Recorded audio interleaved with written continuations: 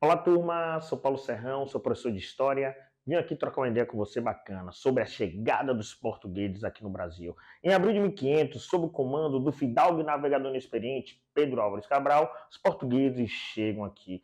E segundo a história oficial portuguesa, eles chegaram aqui por um acaso. Olha que laranjada, que ocorreu um vento misterioso. Esse vento soprou 11 das 13 caravelas.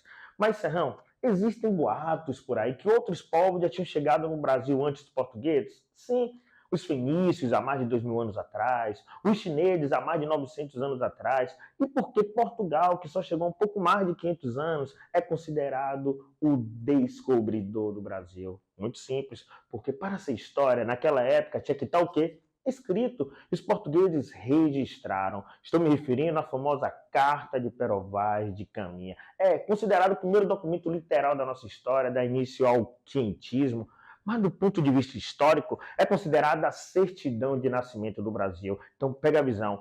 Caso venha uma questão, e nessa questão tem um texto, e esse texto é um trecho da Carta de Perovais de Caminha, pode ter certeza que vinha a questão religiosa. Porque na carta já dizia: não foram encontradas grandes riquezas nessa terra, a nossa principal missão será salvar os vassalos do demônio, salvar os selvagens, e para salvar os selvagens, só levando quem para sua vida? Deus. É o processo de catequese. Rolou até uma missa na Praia de Coroa Vermelha, em Santa Cruz de Cabralha, tem até uma cruz lá simbolizando que rolou a primeira missa. Os portugueses chegam, deram contato com os nativos, com os ameríndios, os povos originários que foram vítimas de genocídio. Os nossos nativos foram mortos, exterminados. A sua cultura também foi destruída, o etnocídio, assim como a sua economia. Poxa, mas os primeiros 30 anos é chamado de pré-colônia.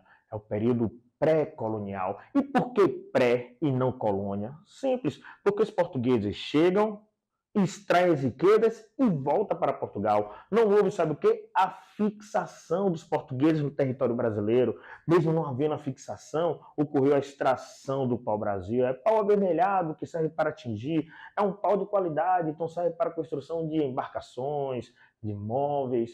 Era tão bom que servia para abastecer o mercado externo. Exatamente, as embarcações eram construídas lá em Portugal e não aqui no Brasil. E sabe quem cortava esse pau?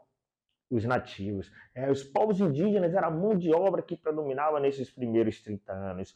O maior comerciante de pau, segundo a história oficial, foi Fernão de Noronha, abrasileirado para Fernando de Noronha. Esse indígena que eu citei nesse instante cortava o pau através do sistema chamado de escambo. Escambo nada mais é do que a troca. Os indígenas cortavam o pau e recebiam em troca produtos sem valor. Mas sem valor para quem? Para o europeu, porque para o indígena era valiosíssimo. Pente, espelho, canivete. Esse pau ficava armazenado em locais chamados, sabe de quê? De feitorias, que eram como se fossem postos comerciais, locais onde os produtos ficavam o quê? Armazenados. Mas o que é que vai acontecer, Serrãozinho? Muito simples. Os franceses começam a saquear as nossas feitorias cheias de pau-brasil. Aí Portugal para e pensa, o que fazer? Vai enviar para cá as expedições guarda-costas, que tinha como objetivo proteger o nosso litoral. Conseguiu? De forma alguma. Em pleno século XXI, toda a tecnologia que nós temos, é complicado se proteger as fronteiras. Então não teve alternativa. A onda agora será a colonização do Brasil. Gostou? Venha com a gente.